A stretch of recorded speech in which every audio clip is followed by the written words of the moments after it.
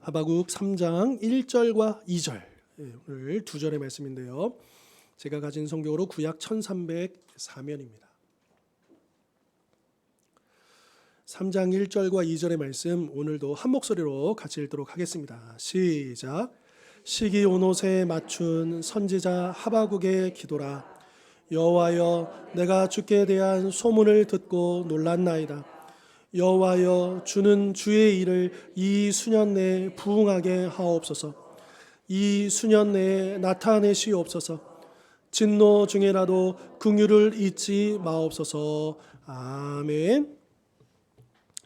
자, 우리가 지난 시간에 이 바벨론의 다섯 번째 이 죄악을 우리가 살펴봤죠. 그것은 우상 숭배였는데요. 이 우상 숭배는 일말의 가치도 없는 어리석은 행위고, 또 이 우상 숭배는 누구를 미워하는 죄냐면 하나님을 미워하는 죄다. 자, 우리가 하나님을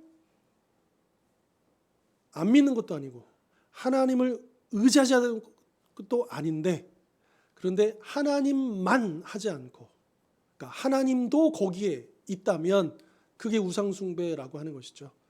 그러니까 우리가 하나님만 섬기는 것과 하나님도 섬기고 이 세상의 것들도 의지하고, 그냥 여러 것들을 우리가 의지하는데 그 중에 그냥 하나님이 제일 크신 분, 이 정도로는 안 된다라고 하는 거고요. 그리고 그것이 나도 모르게 하나님을 미워하는 죄가 될 수 있음을 우리가 기억해야 할 것입니다. 자, 아무튼 이 우상 숭배는 그러한 어리석고 또 하나님을 미워하는 죄라고 하는 것을 우리가 살펴봤고요. 그리고 오직 여호와 하나님만이 온 세상의 주권자시고 통치자시다, 이것을 우리가 믿지 않습니까? 그런 믿음을 가진 자로서, 그렇다면 교만과 악행을 버리고 불평과 의심을 거두고, 우리가 하나님을 믿는 자로서 여러분 당연하죠. 우리가 어떻게 교만해질 수 있겠습니까? 우리가 어떤 악한 일을 할 수 있겠습니까?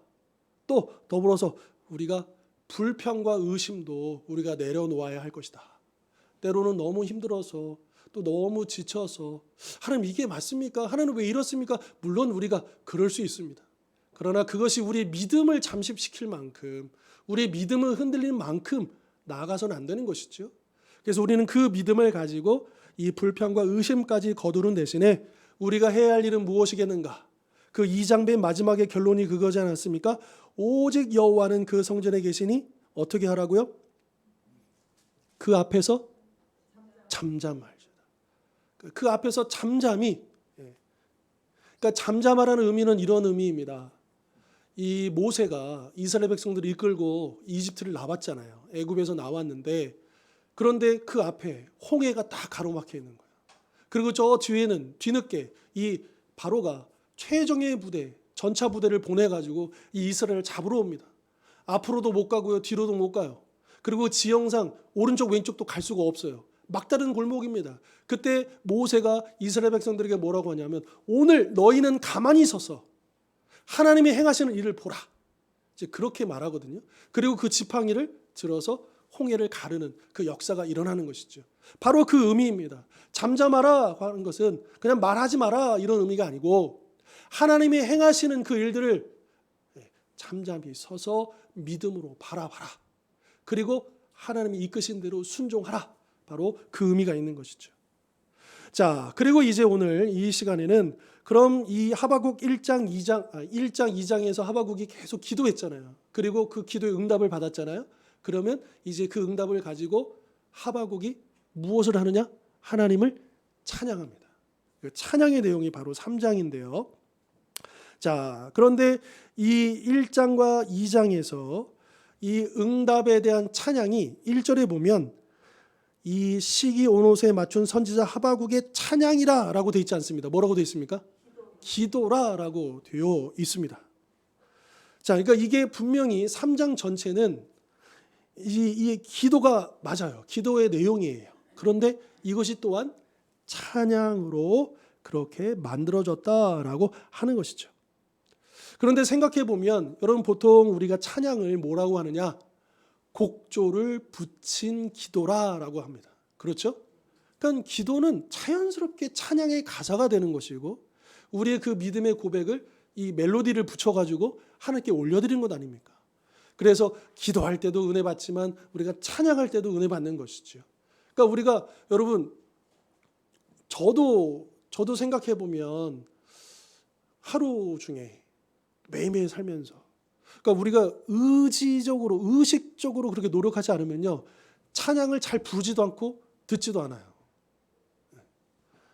그러니까 여러분 우리가 조금 더 생각을 가지고 일부러 우리가 좀 더 많은 찬양을 부르고 더 많은 찬양을 들어야 되지 않을까라는 생각을 좀 많이 해보게 됩니다. 요즘은 찬양 듣기가 많이 편해졌잖아요. 예전에는 꼭 그런 이제 플레이어가 있어야 되지만 요즘은 얼마나 손쉽게 이 핸드폰을 통해서 뭐 그 찬양을 저장할 수도 있고 뭐 저장하지 않더라도 인터넷에 접속해서 얼마든지 우리가 찬양을 쉽게 할 수 있잖아요. 근데 역설적으로 너무 쉬워지고 너무 편해지니까 오히려 한번 모르겠습니다. 개별차는 있을 수 있겠지만 오히려 예전보다 더 찬양을 안 하는 것 아닌가? 더 찬양을 안 듣는 거 아닌가? 이런 생각이 좀 들어지거든요. 그래서 가능하면 아침에 일어나면 그 찬양을 틀어놓고 또 그 찬양 가운데 그 가사가 또 우리에게 참 다가올 때가 있잖아요. 또 그 가사를 우리가 묵상할 수도 있고요. 또 출퇴근하는 길 중에도 일하는 중에도 얼마든지 우리가 그 찬양을 틀어놓고 또 기도할 수 있다라고 하는 것이죠. 사실 우리에게 시간이 없는 게 아니라 무엇이 없느냐? 마음이 없다라고 하는 것. 이것이 우리에게 뼈아프게 다가올 때가 있지 않습니까? 결국은 우리의 마음의 문제라고 하는 것이죠. 우리의 환경이나 우리의 형편, 물론 그것이 영향을 미치는 것 사실입니다.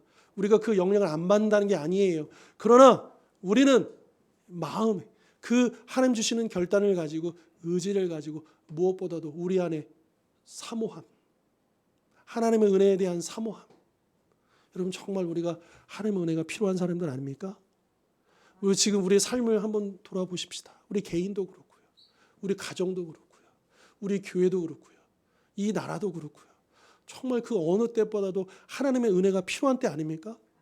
여러분 우리가 하나님을 사모하십시다. 그 은혜를 사모하십시다. 그리고 찬양을 더 많이 부르고 더 많이 들으면서 또 그것이 자연스럽게 기도가 되고 나의 고백이 되고 주님과 소통하게 되고 그러면서 우리의 삶 속에서 우리의 고백 속에서 더 풍성히 우리 하나님 만나실 수 있기를 바랍니다. 자, 3장 1절 아까 봤듯이 하바국의 기도다라고 시작을 했는데요. 그런데 맨 마지막에 보실까요? 19절에 이렇게 마무리합니다. 이 노래는 그러니까 시작은 기도라라고 되어 있는데 이 19절 맨 마지막에 보면 이 노래가 끝난 다음에 이 노래는 지휘하는 사람을 위하여 내 수금에 맞춘 것이다. 자, 이건 분명히 찬양이 맞아요. 그리고 이것은 또한 하바국의 기도였을 거예요. 그리고 그 기도가 이 찬양에 맞추어서 수금이라는 그 악기로 연주가 되었던 또한 찬양이기도 했다라고 하는 거죠. 자, 다시 1절로 넘어와서요. 근데 우리가 낯선 단어가 하나 있습니다. 시기오롯. 이 단어가 과연 어떤 의미일까? 여러 가지 해석이 있더라고요. 찾아보니까. 그래서 이 어떤 어원을 따져가지고 이 단어의 의미가 이건데 이렇게 해서 이런 거 아닐까? 여러 가지 많은 것들이 있는데 이 대체는 두 가지로 정리가 되는 것 같아요. 첫 번째는 뭐냐? 이 시기오롯이라고 하는 게 장례식 때 부르는 노래. 여러분 우리 옛날에 보면 그 장례식 하면 이제 상역군들이 이 관을 이렇게 꾸며가지고 이렇게 딱 들고 이제 가면서 앞에서 종도 치고서 막 노래 부르잖아요. 그런 이제 바로 그것을 의미하는 단어다. 이 시기오롯이요. 그래서 장례 때 슬프게 부르는 노래라는 그런 뜻이 있고요. 그리고 또 두 번째는 이게 여러분 오늘날에도 보면 그 악보에 보면 이렇게 빠르게 뭐 느리게 뭐 이렇게 표시되어 있잖아요. 그런 것처럼 이것이 이 찬양의 어떤 리듬을 이야기해 주는. 그런데 어떤 리듬이냐면 아주 빠르고 경쾌하게 그렇게 이 찬양을 부르도록 지시해 주는 어떤 그런 단어다. 그러니까 두 개로 이렇게 요약이 되는 것 같아요. 근데 이게 두 개가 좀 잘 안 맞잖아요. 하나는 장례식 때 부르는 슬픈 노래고 하나는 굉장히 빠르게 경쾌하게 어떤 리듬을 불러라라고는 지시 오고, 그럼 이거를 좀 종합해 보면 그런데 이게 말이 된다라고 하는 거예요. 왜냐하면 자, 이게 분명히 이 장례식, 왜 장례식의 이 노래의 의미로 쓰여졌냐 하면, 여러분 그 앞에 보면 하나님께서 이 하바국에게 응답으로 주신 게 뭐냐 하면 유다를 어떻게 하시겠다는 거예요. 바벨론을 들어가지고 심판하시겠다는 거잖아요. 멸망하는 거잖아요. 그러니까 당연히 그 주제는 슬픔일 수밖에 없는 거죠. 자, 그런데 그 주제는 슬픔이지만 그 형식은요, 슬픔의 어떤 그런 곡조가 아니고 리듬이 아니고 시기 오노시라고 하는 경쾌한 곡조로 부르도록 했다라고 하는 것입니다. 여러분 혹시 이 기억하실 분이 계신지 모르겠는데 한 5, 6년 전에요. 한 2017년 전후로 해가지고 그 해외 토픽에 그 아프리카 가나의 장례식이 한번 화제가 된 적이 있어요. 거기 보면 그 우리로 이제 오늘 치면 이제 스타트업 같은 회사예요. 그 장례식 상조 회사인데 그 상조 회사에서 특별한 서비스를 해주는 거예요. 이 상주에게 이 고인 장례식을 할 때 전통대로 슬프게 진행할까요? 아니면 이 가족들과 이 마지막 만남을 아주 유쾌하게 경쾌하게 이렇게 마무리를 할까요? 물어본다는 거예요. 그러면 그 상주가 저는 마지막 우리 고인과 마지막을 정말 잔치처럼 보내고 싶습니다. 그러면 이제 그 서비스를 해주는 장례 문화가 있다는 거죠. 가나예요. 그래가지고 그 동영상도 많이 돌았어요. 그래서 이 상역군들이 4명이서 관을 든 다음에 그냥 보통 이렇게 슬프면서 가는 게 아니고 막 춤을 추고요. 그래서 이게 댄싱 장례다 막 이래가지고 해외에 유명해진 적이 있습니다. 분명히 장례잖아요. 주제는 슬픔이에요. 근데 그 슬픔을 승화시키는 거죠. 기쁨으로, 마지막으로. 그리고 또 어떤 브라질인가요? 거기는 축구의 나라잖아요. 근데 이제 그 동료가 이제 일찍 죽었는데 어떻게 하냐면 그 장례식 관을 골대 앞에 딱 놓고, 그리고 동료가 골을 딱 그 관으로 딱 보내줘요. 그러면 관을 맞고 골이 딱 들어갑니다. 그러니까 이 고인이 골 넣은 것처럼. 그렇게 해놓고 와가지고 관을 끌어안고 막 처음에는 이제 또 막 환호하다가 또 울겠죠. 그러니까 그런 식으로. 그러니까 우리 인간 세상에서도 이 슬픔을 무조건 슬픔만이 아니라 이 마지막을 눈물로 그냥 장식하지 않고 그래도 기쁨으로 마지막을 보내려고 하는 그런 문화들이 있다라고 하는 거죠. 그런 면에서도 이게 가능한 이야기가 아닐까라는 생각을 해봤어요. 물론 하바국이 이 슬픔의 노래라는 이 내용을 빠른 리듬으로 부르게 했던 것은 그저 이 슬픔을 꾹 참고 그냥 좀 이 슬픔을 좀 가려보려고 다들 너무 이 여기에 주눅들지 않게 하기 위해서 이게 형식적으로나마 경쾌하게 하려고 한 의도는 아닙니다. 그 인간적인 마음이 아니에요. 그럴 수밖에 없는 이유가 있었어요. 왜냐? 분명히 현실은 유다의 심판이요 멸망입니다. 그런데 하바국은 기도하면서 그 현실 너머를 봤어요. 그 심판 이후를 봤어요. 자, 하나님께서 유다를 심판하시는데 그것이 끝이 아니라는 것을 봤어요. 유다가 멸망한 다음에 그 유다는 어떻게 되느냐? 깨끗해지고 회복이 된다는. 그러니까 바로 그 믿음을 가지고 이 슬픔의 노래, 비록 이 심판의 잔이 유다를 피해갈 수는 없지만 이 유다는 반드시 그 죄로 말미암아 이 심판을 받을 수밖에 없지만, 그런데 왜 우리가 이 시기오넛이라는 이 리듬, 빠르고 경쾌한 이 노래로 부를 수 있냐면 그것을 통해서 유다가 깨끗해지고 회복된다라고 하는 그 믿음과 소망을 담아서 찬양하기 위해서다라고 하는 거죠. 그러니까 이 세상에서 그 장례식을 좀 행복하게 하려고 하는, 여러분 그런 장례식도 봤어요. 그 본인이 죽기 전에 이제 자기가 죽을 것을 알고 녹음을 해놨어요. 녹음을. 그래서 그 녹음을 틀어주는 거예요. 근데 마주 그 고인이 막 웃어요. 그러니까 거기 장례식장에 이렇게 있는 사람들이 이렇게 서양 스타일로 돼 있더라고요. 그래서 그 하관을 해놓고 덮진 않고 거기서 이렇게 둘러 있잖아요. 근데 거기서 그를 그 고인의 생전에 본인이 녹음한 아주 유쾌한 목소리로. 그러니까 그 고인이 의도했던 건 뭐냐 면 자기를 기쁜 모습으로 기억해 달라는 거죠. 근데 여기는 그런 내용이 아닌 거예요. 그런 차원이 아닌 거예요. 정말로 진짜 소망이 있는 거예요. 이 세상은 죽으면 끝이잖아요. 그건 저주잖아요. 그런데 우리 믿는 자들에게 있어서 이 심판과 멸망과 이 징계는 끝이 아니고 그것을 넘어서는 하나님께서 그것을 통해서 우리를 고치시고 깨끗하게 하시고 회복시켜 주신다라고 하는 진짜 소망. 여러분, 우리 기독교 장례식은 다른 종교 또 일반 장례식보다는 초점이요. 그러니까 우리가 그 슬픔을 분명히 우리가 무시하진 않지만 근데 과도하게 슬퍼하지 않습니다. 왜 그래요? 네, 천국의 소망, 부활의 소망이 있기 때문인 것이죠. 이게 우리 믿는 자들의 장례식의 다른 점인 거예요. 그러니까 우리가 이 땅에서 한 번 죽는 것은 정해져 있지만 그것으로 우리가 끝나는 게 아니고 우리 주님이 약속하신 대로 우리 주님과 함께 영원히 부활하여 영원한 하나님 나라에 들어갈 그 소망이 있지 않습니까? 그러니까 그 소망 때문에 그러니까 억지로 울음을 참으려고 하는 게 아니라 그 소망이 그 슬픔의 현실을 압도하는 넘어서는 어떤 그런 모습을 우리에게 보여주고 있다라고 하는 것이죠. 이처럼 하박국은 이 유다의 멸망이 곧 하나님 나라의 끝은 아니다라는 사실을 그는 하나님을 껴안고 기도하는 중에 깨닫게 되었던 것입니다. 그러니까 하박국은 그 전까지는 이대로 유다가 끝나버린다? 그러면 이제 하나님 나라는 없어지네?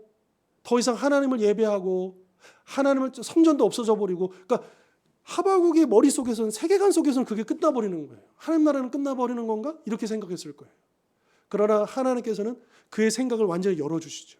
그게 끝이 아니다. 오히려 이 유다의 멸망으로 말미암아 하나님을 믿는 자들이 더 세상에 흩어지게 되고 여러분 사도행전에도 그 얘기 말씀드렸잖아요. 예루살렘 교회가 핍박을 받아서 12사도 외에는 다 성도들이 흩어졌잖아요. 그런데 오히려 그것 때문에 전 세계에 복음이 전해지고 결국 그 복음이 오늘 우리에게까지 온 것 아닙니까? 그러니까 이게 하나님의 지혜고 이것이 하나님의 능력이고 이것이 하나님의 역사이지 않습니까? 그러니까 그걸 보게 된 거예요. 그걸 깨닫게 된 거예요. 이것은 오늘 우리에게도 마찬가지일 것입니다. 우리 개인도 우리 가정도 우리 교회도 지금 현재 여러 가지 크고 작은 문제들, 어려움들을 겪고 있을 것입니다. 그리고 그것 때문에 힘들고 어렵고 고통스러울 것입니다. 그러다 보면 우리는 이럴 수 있어요. 내 인생 끝인가? 우리 가정 이대로 실패인가? 우리 교회 그냥 여기서 주저앉는 건가? 그러니까 우리가 현실만 보고 있으면 지금 진행되는 상황만 보고 있으면 그렇게 절망이 다가오고 힘이 안 나고 그냥 우울해지고 슬퍼지고 그럴 수가 있다라고 하는 거죠. 자, 그런데 이 하박국에서 그러니까 소망을 가진 자들이 이 현실을 살아낼 때 필요한 것이 무엇인가를 2장에서 밝혀준 적이 있어요. 2장 4절 말씀, 아주 유명한 말씀이죠. 2장 4절에 보면 그 고난의, 심판의, 징계의 이 현재를 어떻게 살아야 되느냐. 미래의 소망이 있는 믿는 자들은 의인은 무엇으로 말미암아 살라고요? 믿음으로 말미암아 살리라라고 하는 거죠. 고난과 고통의 현실을 믿음으로 감당하라라고 하는 것입니다. 믿음을 가지고 나아가라. 여러분, 지금이 바로 우리의 믿음이 필요할 때입니다. 우리 개인적으로, 가정적으로, 교회적으로 어떤 어려움이 오고 위기가 닥치고 어떤 슬픔들, 또 어떤 절망들이 올 때에 가장 필요한 것이 무엇이냐? 바로 믿음이다. 주님이 우리에게 말씀하십니다. 믿음으로 그것을 감당해 나가라는 거예요.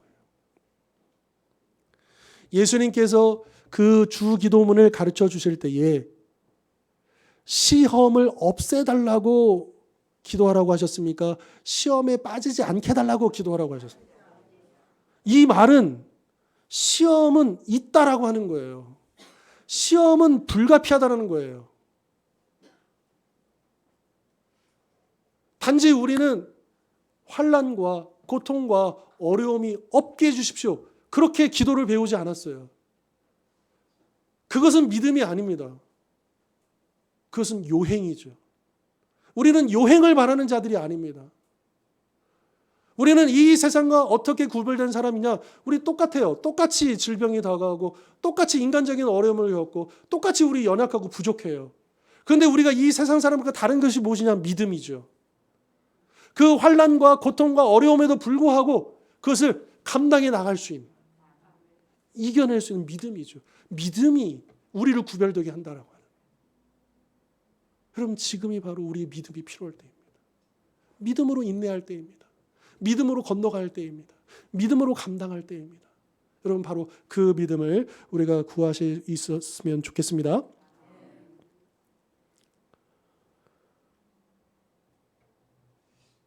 하나님은 때로는 우리 개인도 가정도 교회도 실패하도록, 넘어지도록 그렇게 허락하십니다.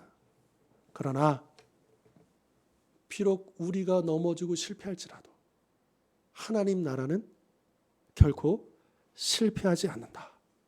이것을 우리가 깨닫기를 원하시는, 이걸 알기를 원하시는. 심지어 우리의 실패가, 우리의 넘어짐이 하나님의 뜻을 이루는 도구가 된다라고 하는 것이죠. 로마서 9장부터 11장에 보면 사도 바울의 그 애끓는 동족들, 이스라엘 민족들을 향한 그 마음이 나와 있는데, 그때 이런 표현들이 있어요. 이스라엘의 넘어짐으로. 이스라엘의 복음을 받아들이지 않았잖아요. 그것 때문에 그 복음이 어디로 가요? 이방인들에게요. 그 이방인들의 그 충만한 수가 들어올 때까지. 그러니까 사도 바울이 봤을 때 현재 그 당시 이스라엘은 복음을 받아들이지 않고 복음을 대적하고 예수를 못 박은 그 죄를 범했지만, 그러나 하나님 안에서 그가 깨달았던 건 뭐냐 하면 그 일들을 통해서 더 많은 영혼들을 구원하게 하시고 또 결국 이 이스라엘도 주께로 돌아오게 하시는 그 하나님의 그 지혜, 우리가 어찌 그 지혜를 우리가 측량할 수 있겠습니까? 그 깊은 그 지혜에 대해서 사도 바울이 찬양하고 있죠. 그 11장에서 보면. 이게 하나님의 구원의 섭리고 역사입니다. 우리는 현재만 보고 지금 이 상황만 보고 하나님은 죽었다, 하나님은 안 계신다, 하나님은 실패하셨다 이렇게 말할 수 없다는 것입니다. 하나님은 그럴 리가 없으시다는 거예요. 그 어느 것도 우연히 되어지는 것은 없다라고 하는 것이죠.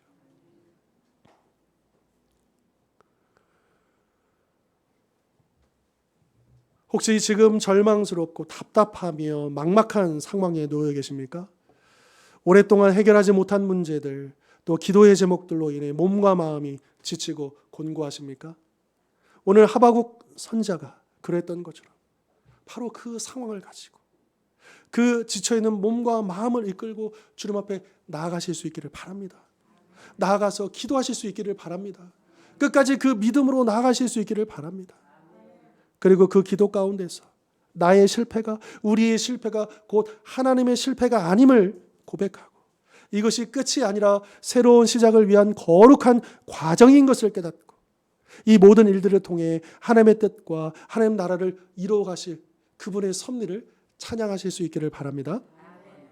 자, 다음 2절에서 하박국 선지자는 여호와여, 내가 주께 대한 소문을 듣고 놀랐나이다 이렇게 고백합니다. 자, 여기서 주께 대한 소문이라고 이제 한글 성경을 이렇게 번역했는데 조금 이제 좀 아쉬운 번역이에요. 좀 더 정확하게 번역하면 이거예요. 주께 들은 말씀. 소문이 아니고요. 이 하박국이 들은 거예요. 기도 중에 깨달은 말씀인 거예요. 누구한테 들은 게 아니에요. 어디서 들려오는 소문이라는 그런 의미는 전혀 없어요. 원문에는요. 그러니까 하박국이 하나님께 들은 말씀이에요. 자, 그러면 하박국이 기도 중에 무슨 말씀을 들었는가? 우리가 복기해 보자면 1장과 2장에서 그가 2번에 걸쳐서 기도하고 받은 그 응답의 말씀이 있잖아요. 바로 그것을 이야기하는 거죠. 그 응답의 말씀의 요지는 뭐냐? 첫 번째, 바벨론을 들어서 유다를 징계하신다. 두 번째, 교만해지는 바벨론을 또한 심판하겠다. 요 두 가지. 이 두 가지의 그 예언의 말씀을 하박국이 들었던 거죠.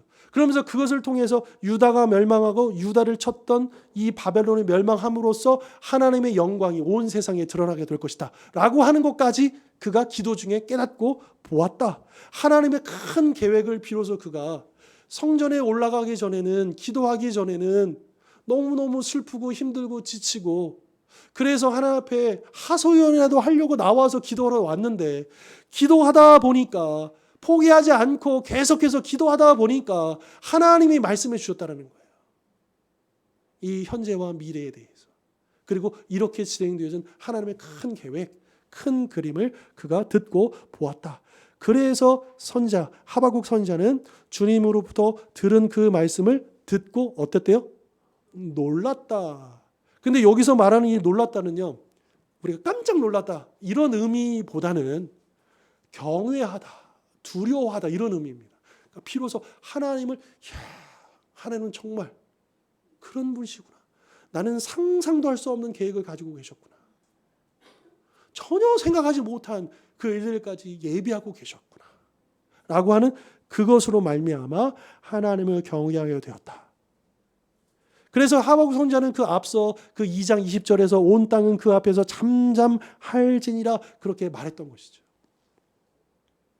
이제 하박국 선지자는 하나님을 이제 놀란 마음, 더 정확하게는 경외하는 마음으로 본격적으로 기도를 합니다. 2절에 보면 기도가 두 가지가 나와요. 첫째는 여호와여 주는 주의 일을 이 수년 내에 어떻게 해달라고요? 부응하게 하옵소서. 이 말씀은 자주 인용이 됩니다. 그래가지고 교회의 부흥을 부르짖을 때 이 말씀을 가지고 막 기도를 많이 합니다. 물론 그 말씀의 의미가 아예 틀린 건 아닙니다. 그러나 우리가 생각하는 그 교회의 부흥을 말하는 건 아니에요. 이 문맥에서는요. 그리고 원문도 그런 의미는 아니에요. 이 부흥하게 하옵소서라고 하는 이 원문은 죽은 것을 살려주십시오라는 의미입니다. 죽게 된 것을 살려달라라고 하는 그런 의미입니다.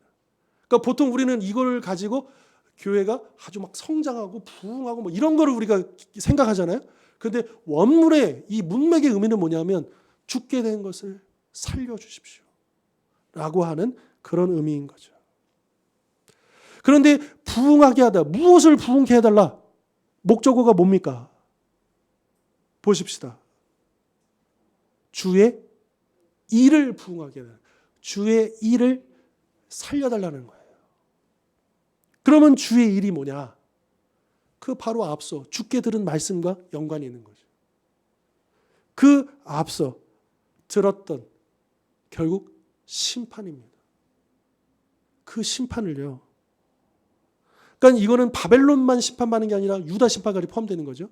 그래서 이 심판을, 그러니까 주의 일을 부응하게 하옵소서라고 하는 말은 하나님께서 말씀하신 대로, 계획하신 대로 유다와 바벨론을 심판해 주십시오. 그러면 왜 하박국 선지자는 바벨론의 심판은 물론 이건 이해돼야죠. 바벨론을 빨리 심판해 주십시오. 그런데 왜 유다까지 심판해 달라고 기도했을까요? 앞서도 이야기했지만 그가 깨달은 말씀 때문에 그렇습니다. 그 이유는 설령 그 심판이라고 하는 게, 그 주님의 일이라고 하는 것이 유다에게는, 여러분 그 심판이 행복한 게 아니잖아요. 즐거운 게 아니잖아요. 고통스러운 거죠. 그 심판이 비록 고통을 가져다 줄지라도 궁극적으로는 그 일들 때문에 이 유다를 잔혹하게 심판했던 바벨론이 멸망을 받고 심판을 받고, 그리고 그 일들을 통해서 유다가 깨끗해질 수 있기 때문에, 아울러서 이 일들을 통해서 하나님의 영광이 온 세상에 드러날 수 있기 때문에 주의 그 일을 이 수년 내에 두 번 반복하고 있죠. 속히 이루어달라라고 구했던 것이죠.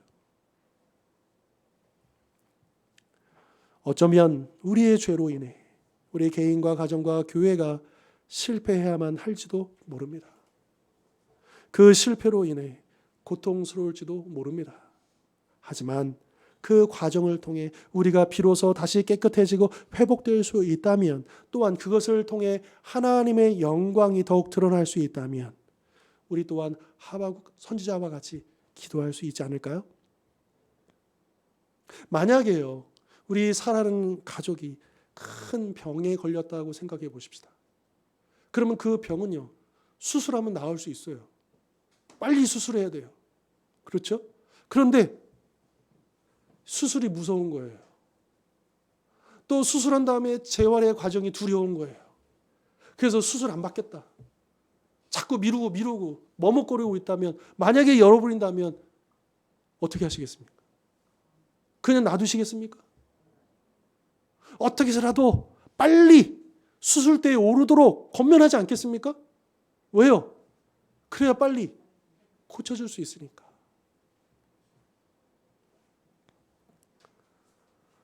어쩌면 우리는 다시 깨끗해지고 회복되기 위해 하나님의 수술대 위에 오르는 것이 두려워서 주저하고 있는지도 모릅니다. 우리는 아무런 고통도 없이 그냥 이게 나을 거라고 생각하는 거예요. 그러나 대부분은 우리가 회복되는 과정이 그렇게 편하지만은 않습니다. 고통이 있어요. 내가 회복되는데 시간이 필요해요. 어려운 과정이 있어요. 그것을 지나야 내가 일어설 수 있고 회복되는 거예요. 그런데 우리는 그 과정은 생략하고 그냥 짠 하고 낳기를, 요행을 바라는 거죠. 믿음은 그런 것이 아닙니다. 여러분, 믿음은 뚝딱 이렇게 되는 게 아닙니다. 믿음은요, 그걸 다 끌어안고 그것을 다 감당하고 인내하고 나아가는 게 믿음인 거예요.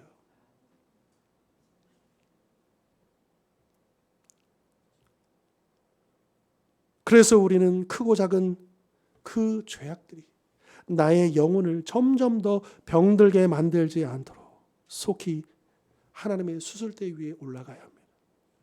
그러면 살아있고 활력이 있어 좌우의 날선 어떤 검보다도 예리하여 혼과 영과 및 관절과 골수를 찔러 쪼개기까지 하는 그 하나님의 말씀으로 우리가 고침받을 수 있다라고 하는 것이죠.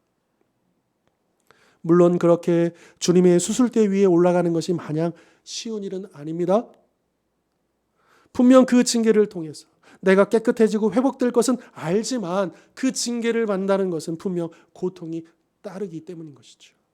그래서 하박국 선지자는 두 번째 기도를 합니다.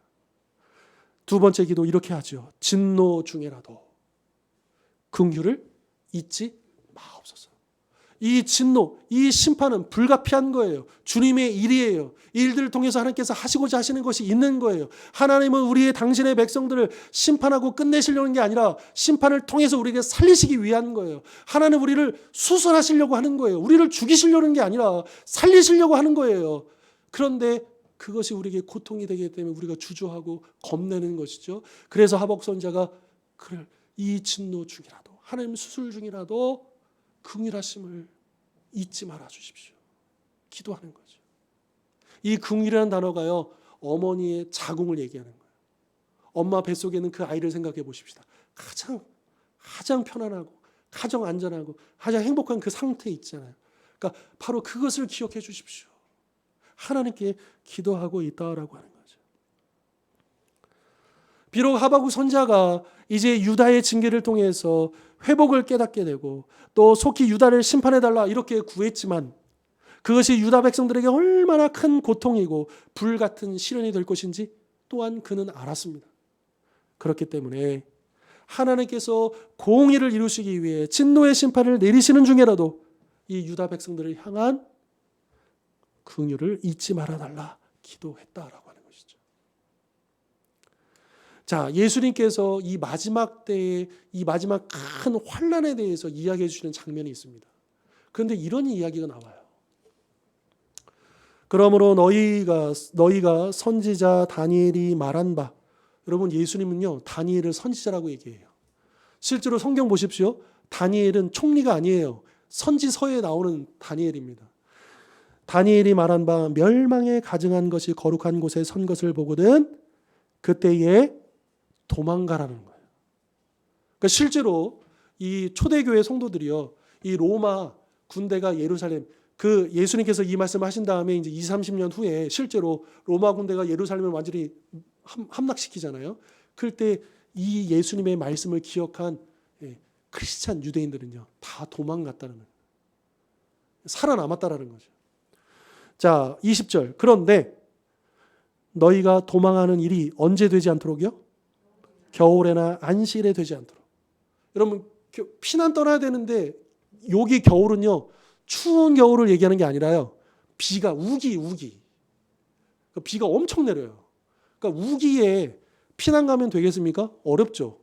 그리고 안식일. 여러분, 유대인들은 전쟁도요, 안식일은 전쟁 안 해요. 근데 만약, 그래서 이게 신구약 중간 시대에 보면 그 헬라 제국 가운데 그 안디옥의 그 이제 에피파네스라는 그 사람이, 그 황제가 유대인들에게 안식일에는 우리가 쉴게라고 거짓말하고 안식일에 들어와서 사람들 다 죽여버려요. 그런 일들도 있거든요. 그래서 겨울이나 안식일에 되지 않도록 기도하라. 왜냐하면 그때에 큰 환난이 있을 것이기 때문이다. 그런데요, 22절 보십시오. 하나님께서 어떻게 행하셨느냐? 그 날들을, 그 환난의 날들을 감하여 주시지 아니하면 모든 육체가 구원을 얻지 못할 것인데, 그런데 하나님께서는 택하신 자들을 위해서 그 날들을 어떻게 해주셨대요? 하나님께서 진노 중에라도 긍휼을 잊지 않으셨다.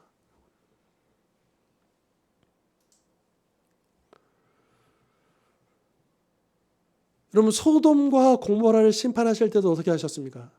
아브라함을 기억하사 그 롯의 가족이 지체하는데 기다려줬잖아요. 그리고도 안 되니까 이제 마지막 그 순간에 강제로 끄집어냈잖아요. 근데도 이 롯이 빨리 산으로 가라는데 겁나가지고 저 못 가겠으니까 요 옆에 있는 이 소알이라는 거기에 가서 숨을 수 있게 해달라고 그러죠. 원래는 거기도 다 같이 멸망해야 되는데 그 천사가 너가 거기 도착할 때까지는 이 심판을 내가 행할 수가 없다. 기다려줍니다. 이게 하나님의 긍휼하심이에요. 하나님의 긍휼하심은 면제시켜주는 게 아닙니다. 우리의 잘못을 그냥 아무런 것도 없듯이 그냥 없애주시는 게 아닙니다. 마땅히 우리가 맞아야 할 매라면 맞아야 돼요. 우리가 당해야 될 하나님의 심판이라면 당해야 돼요. 그러나 하나님은 긍휼을 잊지 아니하시고 택하신 자들을 위해서 그 강도를, 그 심판의 강도를 감하여 주시고 우리가 피할 수 있는 길을 열어주시고 우리가 감당할 수 있도록 해주신다라고 하는, 이게 하나님의 은혜 아니겠습니까? 그러니까 우리 믿는 자들은요, 고난 중에도 심지어 내가 잘못해서 넘어진 거라고 할지라도 그것이 나의 죄로 인해서 하나님 앞에 받는 징계라 할지라도요, 하나님의 은혜가 있다라는 거예요. 밧세바를 범한 이 다윗이 계속 징계를 받잖아요. 그런데 하나님께서 다윗에게 얼마나 많은 은혜를 베풀어 주십니까? 만약에 압살롬이 그 성에 들어와서 아히도벨이 제언한 대로 부대렸으면 그날 밤에 다윗은 죽는 거예요. 그런데 하나님께서 아히도벨의 그 계략을 무너뜨리시잖아요. 그래서 빨리 강을 건너가지고 무사히 피난하게 하시잖아요. 그리고 전쟁 중에도 하나님께서 이기게 하시잖아요. 돌아가는 과정에서도 하나님께서 모든 것들을 회복시켜 주시잖아요. 그런데 출발점을 생각해 보십시다. 이거 다 누구 죄 때문에 그런 거였어요? 다윗이 잘못해서 그런 거거든요. 그리고 다윗이 그렇게 짓밟았던 하나님의 공의를 바로 펴신 데 있어서 그 징계는 불가피했습니다. 그러나 하나님은 다윗을 진노하셨지만 그 중에서도 긍휼을 잊지 않으셨다. 여러분, 이것이 하나님이십니다. 이렇게 행하시는 분이 하나님이시다. 여러분, 수술대 위에 누운 그 환자를 보고, 모르겠습니다. 제가 의사가 아니기 때문에 어떤 마음으로 그 의사들이 그 수술을 하시는지는 모르겠지만, 그런데 이 환자가 최소한의 고통으로 빨리 수술을 끝내려고 최선을 다하는 그 의사가 있다고 한다면 얼마나 고맙겠어요. 그죠? 그분이 우리 하나님이시다. 따라서 우리는 하나님의 뜻이 이루어지기를 구하되 우리의 연약함을 기억하시고 긍휼을 베풀어 주시기를 기도해야 한다라고 하는 것이죠. 우리 개인과 가정과 교회가 우리 가족과 지체와 이웃이 하나님의 뜻 가운데 징계를 피할 수 없을지라도 그 징계를 감당할 수 있는 자비를 베풀어 달라 우리는 구해야 한다라고 하는 것입니다. 요즘 돌아가는 우리 국내외 상황들이 참 심상치 않습니다. 정치와 경제가 흔들리니까 나머지 모든 분야들도 함께 다 흔들려 버리는 것 같아요. 미래에 대한 불안함과 불확실성은 점점 더 커지고 있습니다. 또 우리 성도님들의 개인적인 삶은 어떠하십니까? 또 가정은 또 어떠십니까? 아마도 크고 작은 고민과 걱정들, 두려움과 염려들이 여전히 우리를 힘겹게 하고 있을 것입니다. 하지만 어떤 상황에서도 어떤 문제 앞에서도 우리는 믿음으로 나아가야 할 것입니다. 왜냐하면 우리 인생은 한 치 앞도 내다볼 수 없지만 우리 하나님은 이 모든 것을 이미 모든 것을 계획하시고 친히 당신의 뜻 가운데서 선하신 뜻 가운데서 우리를 지금 인도하고 계시기 때문인 것이죠. 하박국 선지자는 유다가 멸망해야 비로소 유다가 다시 회복될 수 있다는 것을 깨달았습니다. 그래서 그의 기도에 진노를 피하게 해달라 구하는 대신 그 진노를 없애주십시오. 심판을 없애주십시오. 이렇게 구하는 대신에 진노 중이라도 긍휼을 잊지 말아달라고 구했던 것입니다. 예수님은 겟세마네 동산에서 기도하실 때 내 아버지여 만일 내가 마시지 않고는 이 잔이 내게서 지나갈 수 없거든. 아버지의 원대로 되기를 원하나이다. 우리에게 그 기도의 본을 보여주셨습니다. 그리고 오늘 나와 가족과 지체와 이웃들에게도 마시지 않고는 지나갈 수 없는 고난의 잔이 주어질지라도 하나님의 뜻이 이루어지기를 구하되 그 고난의 잔을 감당할 수 있는 긍휼도 베풀어 달라 믿음으로 기도하는, 믿음으로 감당하는 우리 모든 성도님들 되실 수 있기를 주님의 이름으로 축원합니다. 기도하겠습니다. 하나님 아버지, 주님이 행하시는 그 일들 우리는 기도해야 깨달을 수 있습니다. 하나님, 이해가 되지 않는다고 해서, 감당할 수 없다고 해서 주님 앞에 불평하고 포기하는 것이 아니라 믿음으로 나아가 엎드려 하나님을 붙잡게 해주십시오. 하나님께 부르짖게 해주십시오. 그 부르짖는 중에 깨닫게 해주십시오. 하나님을 새롭게 만나게 해주십시오. 그리고 더 귀한 믿음으로 하나님 앞에 주의 뜻이 이루어지기를, 그러나 그 과정에서 긍휼을 베풀어 주시기를 그렇게 기도할 수 있는 우리 모든 성도들 될 수 있도록 믿음 더하여 주시옵소서. 예수 그리스도의 이름으로 기도하옵나이다. 아멘.